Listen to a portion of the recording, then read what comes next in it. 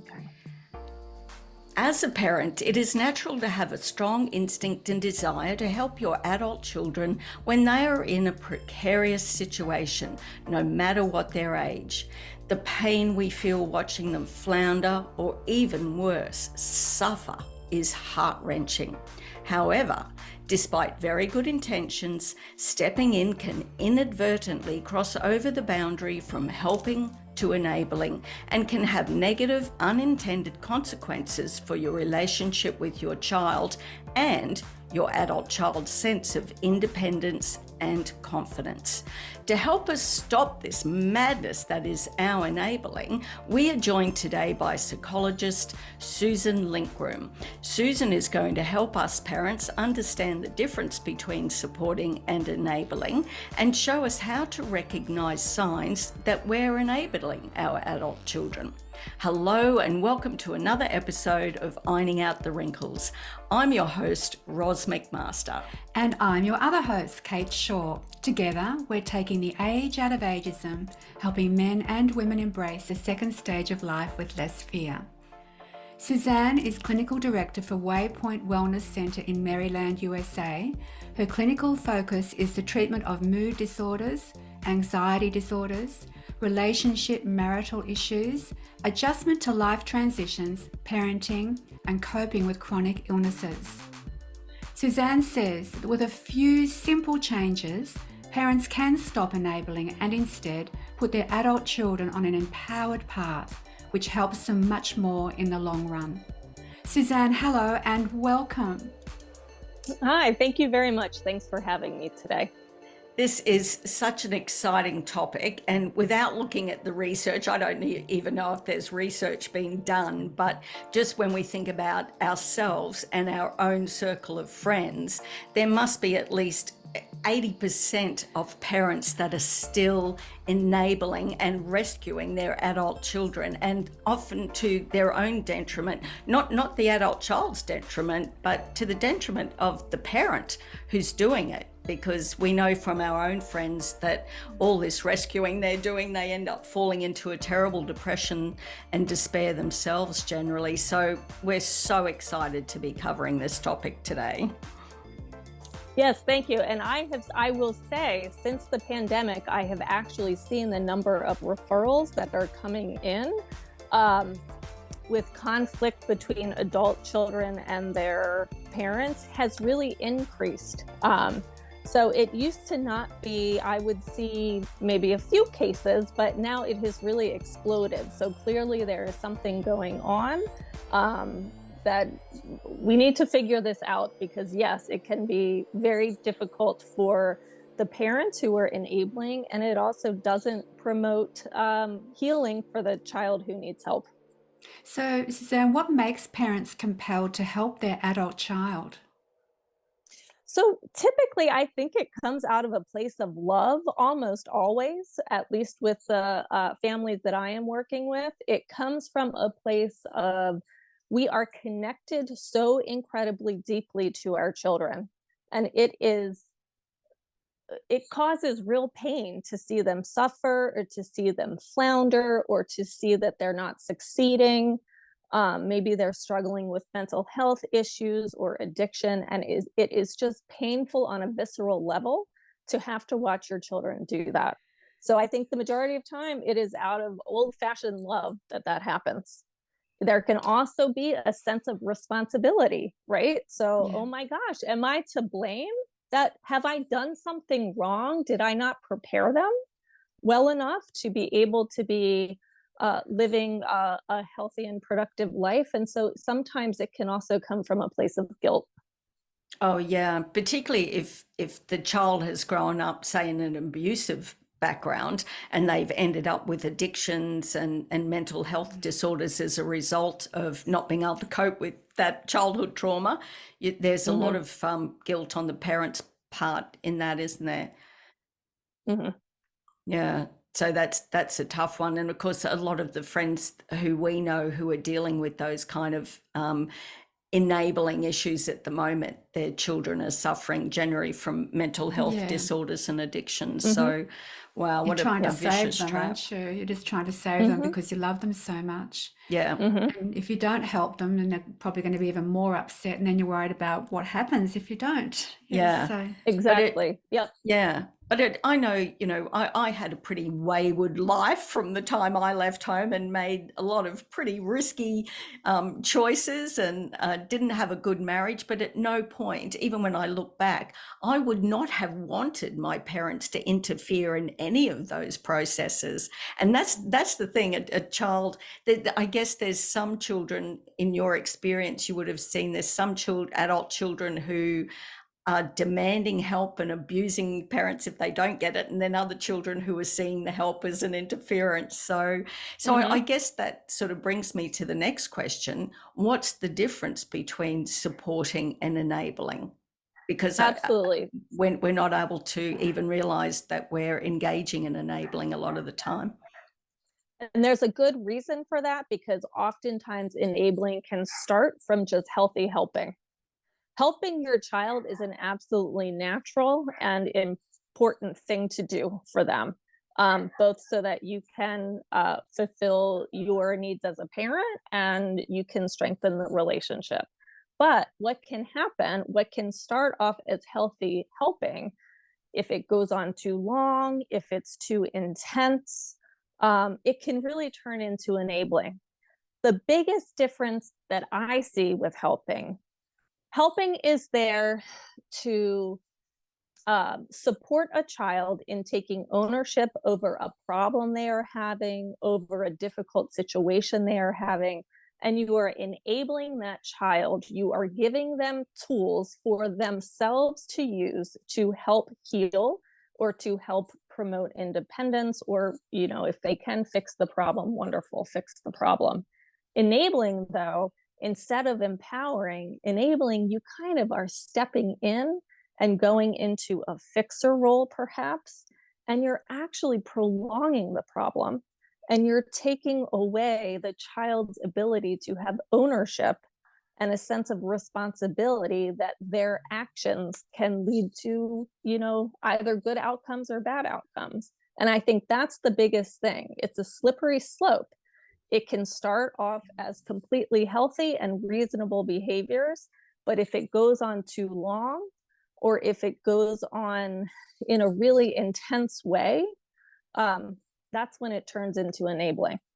Yeah, which can happen with the drug addictions and what have you. I guess it's easy to blur the lines too when adult children are staying at home longer now too, aren't they? So if your child is used to you doing everything for them as they're growing up, that line between becoming independent becomes very blurred, because you still might keep cooking. Well, why not? I'm cooking the evening meal already. Yep.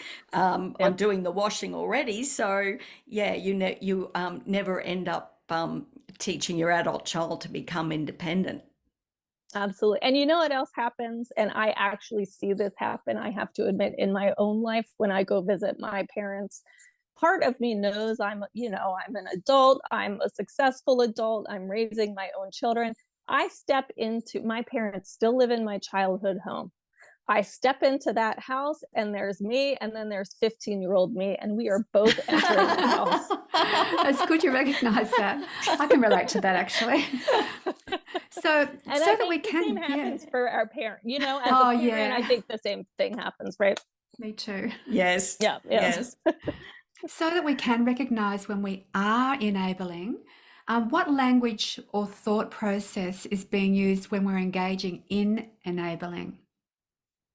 So I think this is I'm very glad that you've asked this question, because actually our thoughts and our feelings, our body, it's going to tell us when we're engaging in enabling behavior. So these are feelings that you might be having. You might start having a racing, your heartbeat might start racing. You might get nauseous whenever you think about, oh gosh, they're calling again, or oh my gosh, they need me for something, right? And you start to have that feeling in your body. That's a really good clue or a red flag. Maybe something's out of sync here. Another thought process, if you find yourself making excuses or rationalizations for why your child needs so much help, that's a big clue, right? If you're saying, oh, well, I totally understand why they aren't getting a job, that breakup really devastated them, and how could I possibly expect them to be working at this time, right? And you find yourself rationalizing these behaviors. That's another, something that's going to be cluing you in. You know what? I think I'm enabling. And I need to cut that out because that is not helping me and it's not helping my child. It's tough. Yeah. I mean, at what point do we,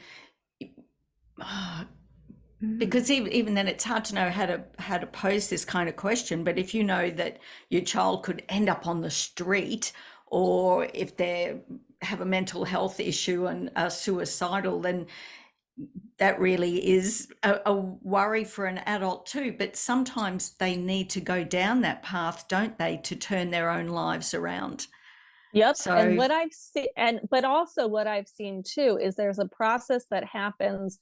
So if there is a mental health crisis that happens, and the scariest one is addiction, if there's an overdose, or, if someone has tried to take their own life, that is definitely a crisis. And it is absolutely appropriate for you as the parent to step in an intense way, because that is the crisis period. Where it starts to become problematic is, okay, maybe they were hospitalized, they're out of the hospital, they move back in with you perhaps to get back on their feet. Maybe they've lost a job, they need to look for another job. Where it becomes enabling is it's been 3 months, 4 months, their symptoms are getting better, they're in treatment, they're regularly taking their medication, and they're still in your basement watching TV all day, and they're not, it's become too comfortable, right?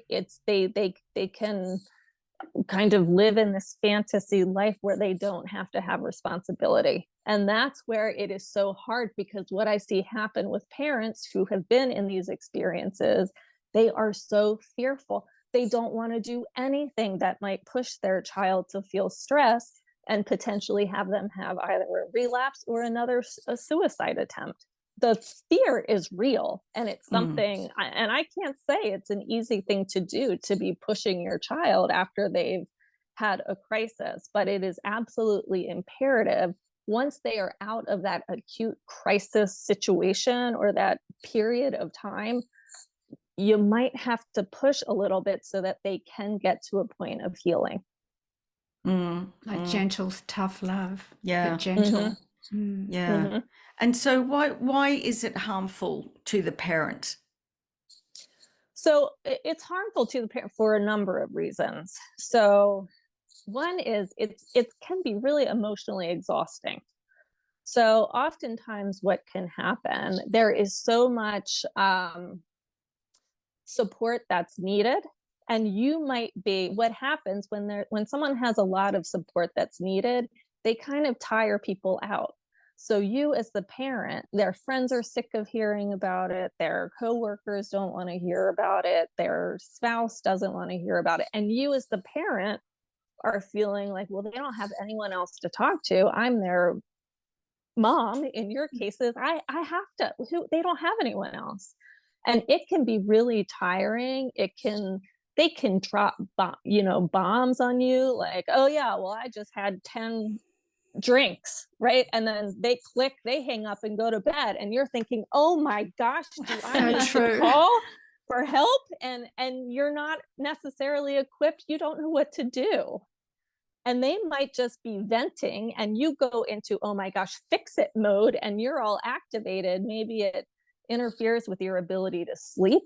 Maybe it interferes with your ability to concentrate on work or to interact with your other children or your spouse. So it can really, because it can be so scary, it can really interfere with your ability to function, because you start to be fixated on how can I help my child?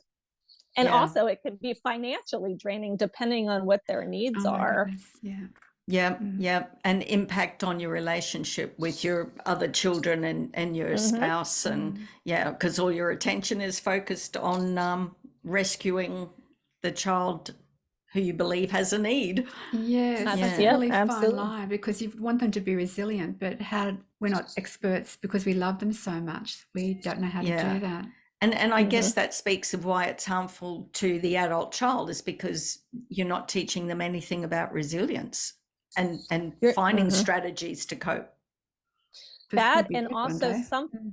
something that happens as well internally, that child, whether it's right accessible on the top of their mind or it's buried within, but most adult children who need that level of support from their parents, they know that they feel shame about that. They feel damaged because of that, and they feel incapable and ineffective. And those are not good constructs to go into healing.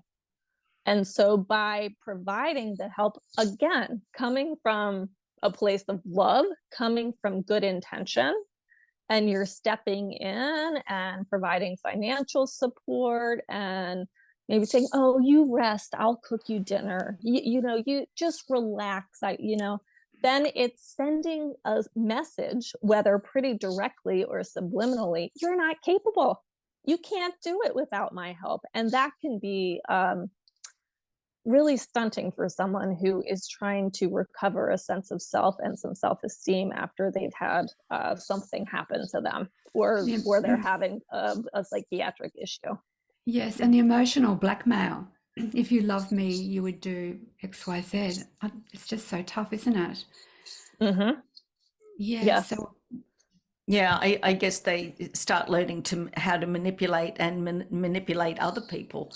And then moving away from the parent, then they would sort of fall into relationships where they meet a partner who then takes over that mother enabling role. Yep, absolutely. And some children do go in asking for help they almost demand it, right? There can be a sense of entitlement that can come, or the way that they are asking for help really feels demanding and that you don't have a choice. I would say even those children, underneath all of the perhaps yelling or demanding behavior that they have such low self-esteem at that point that it's that anger is masking their hurt. And you, unfortunately, as the helping parent, are the recipient of that hurt, because they know at the end of the day, mom or dad, they're not going to abandon me. Yeah. Yeah. And that's the thing. How do you handle too? Like, I know someone who said, if you don't do X, Y, Z, you won't see the grandchildren. Yep. That's a big one. And that is what makes people feel that they don't have a choice, and they have to help, and they have to provide the finances. And, sometimes those threats are real, and sometimes those threats are idle, but there's really no way to know. Oh, it's tough. Yeah. Yes, it is. We've been chosen as parents for a reason. And you love them forever, don't you? You really do love them. But it's not loving if you're not teaching them to be independent either, because one day we won't be around. Yes. And I guess, we'll get onto the subject of what's going on within the parent too a little bit more down the track, because I know there's stuff going, insecurities within the parent too sometimes. So let's talk about danger zones. Yes. Well, you talk about the danger zone, which is unhealthy helping, but what are we doing that constitutes enabling bad behavior? So what that's going to look like, again, it can start off completely reasonable things, but then there's this dynamic that develops between yourself and the child, and it almost snowballs. So providing support, financial support, so that your child doesn't lose their apartment, turns into now you're paying all of their bills, and there's no exit plan. So no one has talked about and developed, okay, how long am I doing this? How much am I willing to give? Am I handing the child a blank check and they do with the money what they will, or am I paying the landlord directly? These are all, things that we are doing that starts to go down that danger zone of setting up a situation where enabling is happening. And quite frankly, for some of the reasons we've already talked about, it's hard to get out of, because, okay, well, shoot, they don't have a job. So what am I going to do? Am I willing to see them become homeless? Am I willing to have them move in with me, even though I know they never do their dishes and we fight when they live at home? So these are some of the ways that, again, perhaps reasonable helping behavior turns into danger zone, where you're setting up a situation of dependency and a situation that's really hard to get out of.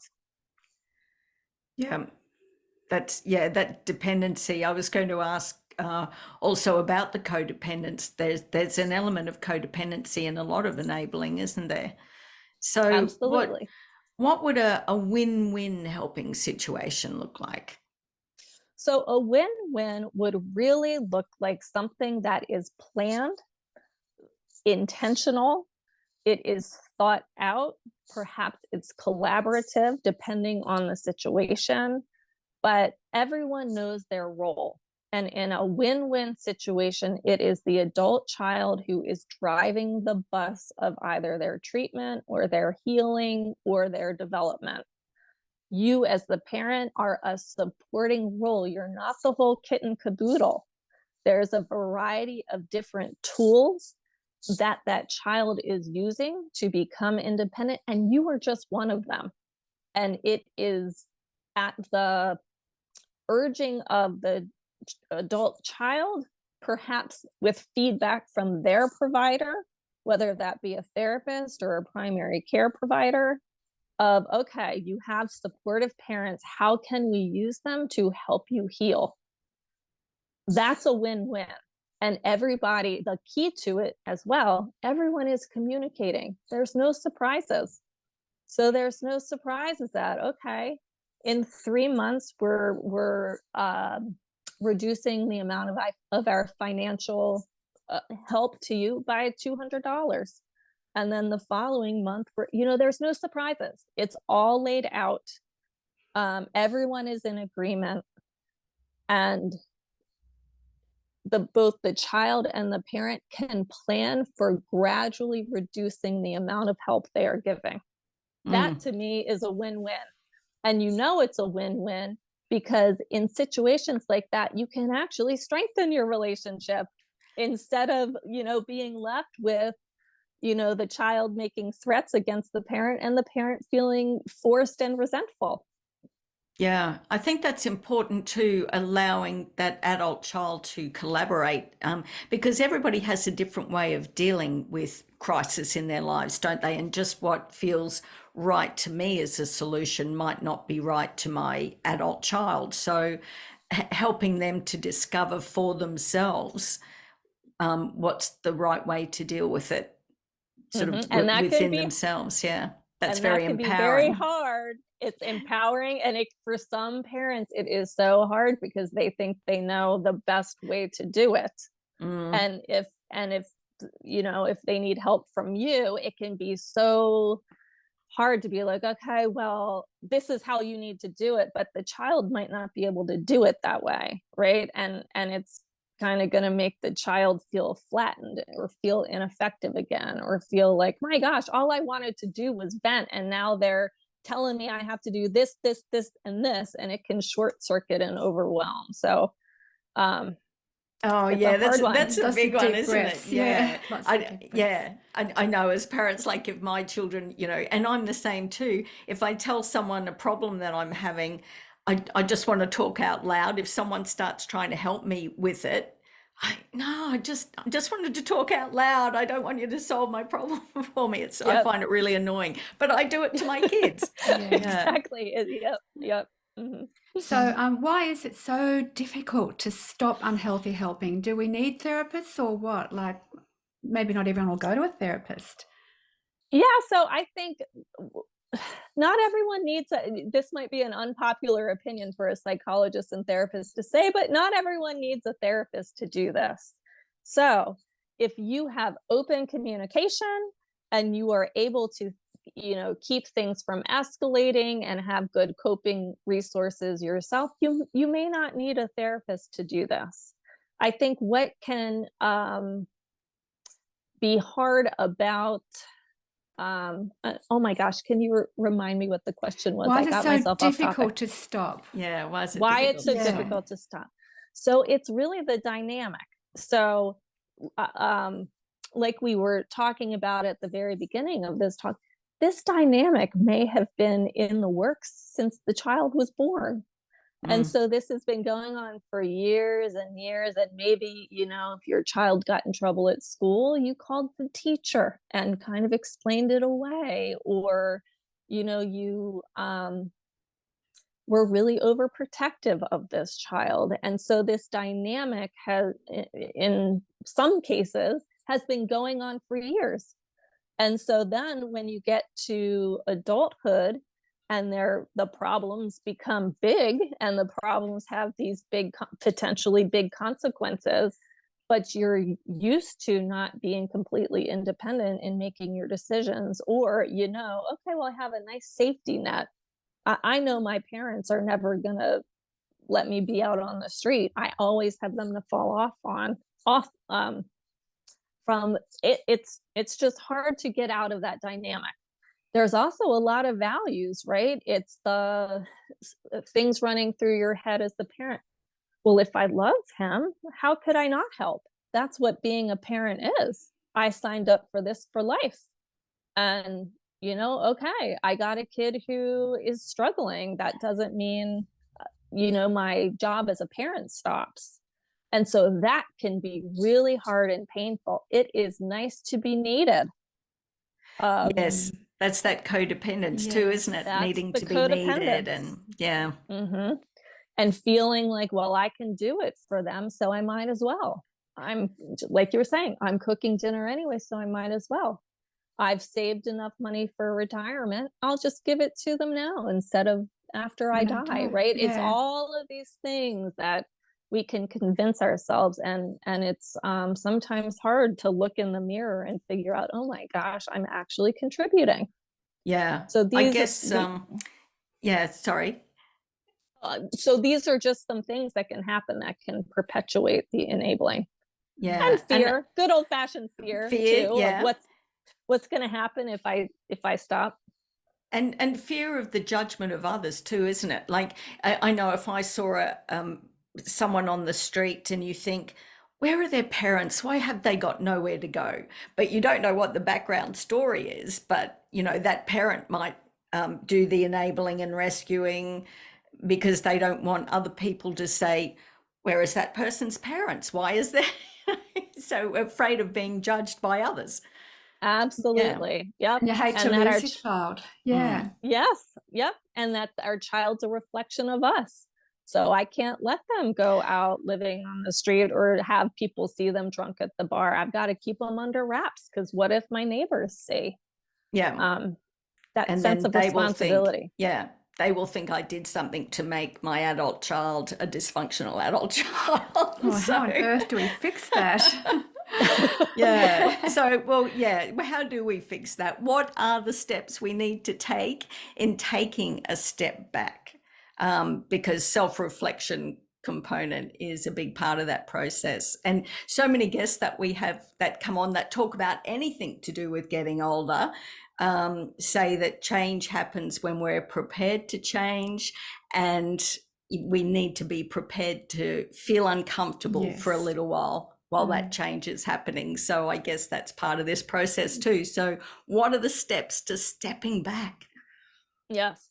So I think the very first step is even recognizing that you're overstepping. So that is a big, man, it is so easy to point the finger and say it's their fault, and they get so mad and they make it so I can't say no, and this and this and this and this, right? Really, no. The first step is you have to be able to admit yourself, I have played a part in this, and I can have compassion towards myself that I played a part in this. I can understand why I played a part in this, but I'm not willing to do that anymore because I know there's negative consequences to it for me and my child. So that's step one, is recognizing, okay, the way I've been helping is actually deterring my child from development. Then the second one, again, just like you're saying, your other guests have said, you have to become more comfortable and more tolerant of feeling badly, of feeling anxious, of feeling like, oh my gosh, I'm going to have to say no. I might have to have a fight. I might lose access to my grandchildren. These are things that you are going to have to learn how to cope with feelings of uncertainty, because you can't do it otherwise. The only way to really deal with uncertainty is to try to control everything. And that comes with a whole host of other problems, right? How do you say no in a nice way? Yeah. Learn to set boundaries and in a nice way. There's ways to say no, but I don't know how you do it. And so that is step 3 is really is you take some distance from it. You sit down with your old-fashioned journal and you think through, okay, what does helping in this situation, if this was not me and my best friend came to me and said, my child is struggling and I want to help them, what would you advise your friend to do? And you're going to write that down in your journal, and you're going to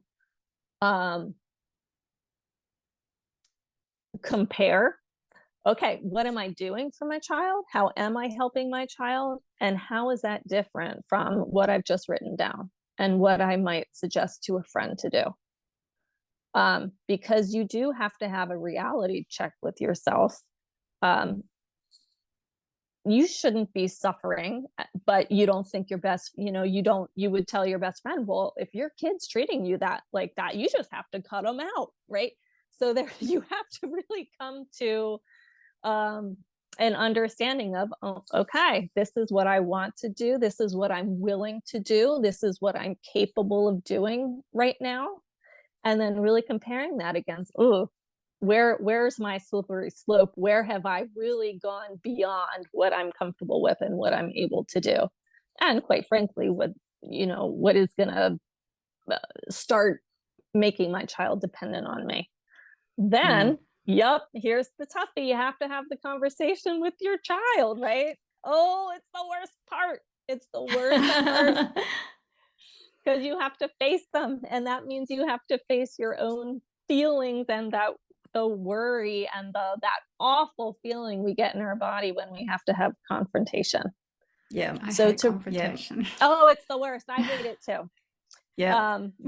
But you have to do it. And so again, it's preparing for it. So there's all of this, it's fascinating research, but there's all of this research that neuroscientists have done when they're looking at ways to treat anxiety or trauma responses, that you can actually help decrease that stress response just by rehearsing in your mind. So what I would want you all to do, if you're in this situation, you're thinking, okay, where am I going to have this conversation? You're picturing the room you're going to be in. You're picturing what your child looks like, what their facial expressions are going to be. Are they hand talkers? You're picturing them doing all of this. You're picturing yourself doing all of that. You're picturing how loud it's going to get, or some people withdraw. You're picturing all of it. Yeah. And you're doing that, and you're picturing yourself saying exactly the message that you want to send, and you imagine that scenario over and over and over until eventually in your imagination you're not going to feel as anxious. And then okay, I'm getting ready to have this conversation. You do not do that conversation until you feel that you can say everything that needs to be said. Okay, thank you. Well, can you please give us some examples of a family or single parent who needed to set boundaries with a mental health issue or drug issue, and what the before and after looked like in that scenario. Yes. So to be a good psychologist who maintains confidentiality, I kind of had to make a hypothetical, but Yes, so this that's is fine.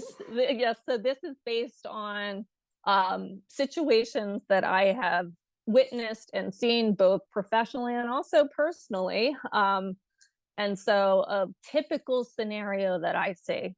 So we'll say there is a child, she's 35 years old, she suffers from major depressive disorder. There's a history of 2 suicide attempts, and there's alcoholism. And she has been doing well. She is close with her parents. So they talk a couple times on the phone. They see each other monthly. It's a close-knit family. They get together for family dinners. Well, something happens, and she has an argument with her boss at work. She starts to get really stressed about it and down about it, stops going to work, all of a sudden loses the job, which then makes her feel helpless. She starts drinking again, and then starts having suicidal ideation, calls her parents from the emergency department. She's being evaluated to see if she needs to go inpatient. This is a very common scenario, and one that I have seen over and over, either a psychiatric hospitalization or some kind of addiction relapse. So she gets hospitalized. It's time to discharge from the hospital. I don't know about in Australia. Here in the States, a typical inpatient hospitalization after an acute episode, it's about a week. So you only have a week, and then you're out in outpatient care or maybe a step down care. So it is not uncommon for people to go move in with family where they need a lot of support at that time. So this is going, so there's going to be a lot of financial support given at this time, typically, and she's feeling withdrawn. She's not coming out of her room, but she's allowing her parents to come in and kind of check on her. And then it's time where she wants to leave and she wants to go back to her apartment where she was living with a roommate. Well, guess what? She doesn't have a job. So, and she hasn't really been able to have a lot of savings. So parents are kicking in and helping pay for the apartment. Here in the States, you have to pay for health insurance. They're covering health insurance, the hospital bills. This, for a lot of the people I work with, this goes on for several months. And then typically what happens, the spouse, oftentimes the father, says enough is enough. We can't continue to support them financially. They need to get a job. And there is conflict that develops. And then some support continues. Maybe the child gets a job, gradually starts taking over bills again. What happens, usually there's a lot of checking behavior on the part of the parent. So intrusive phone calls that Actually. that the child may or may not answer, and that there may be inconsistencies. So maybe sometimes they answer right away. Other times it takes a day or two for them to respond. And then usually over time, I have seen people successfully, it's not without its pain and not without hiccups, but that they do get to a point where they reduce it usually starts with the financial help. They reduce the financial help, and then they reduce the number of, this is usually where I come in, helping them manage the anxiety so that they can reduce those check-ins, right? There's been drive-by check-ins where, oh my gosh, my child didn't respond to me in 4 hours. Don't go drive by the apartment, right? And that's Yeah. that's something that has to be pared back. And again, it's where that plan, I usually do make a plan, like I was talking about with the family. Okay, what level of, have you even asked your child how they want you to help? So you develop that plan and then follow it. So I have seen success where I'm not going to say it's not without its pain, because it is very difficult to let your child, doesn't matter if they're 48 years old, to let your child out there when you know that they're struggling. But I have seen success with these plans that are planned out of, how am I going to help?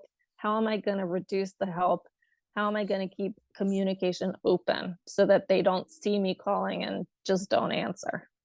Yeah. It's real growing pains, isn't it? Yeah, it is. Growing pains for everybody concerned. Yes.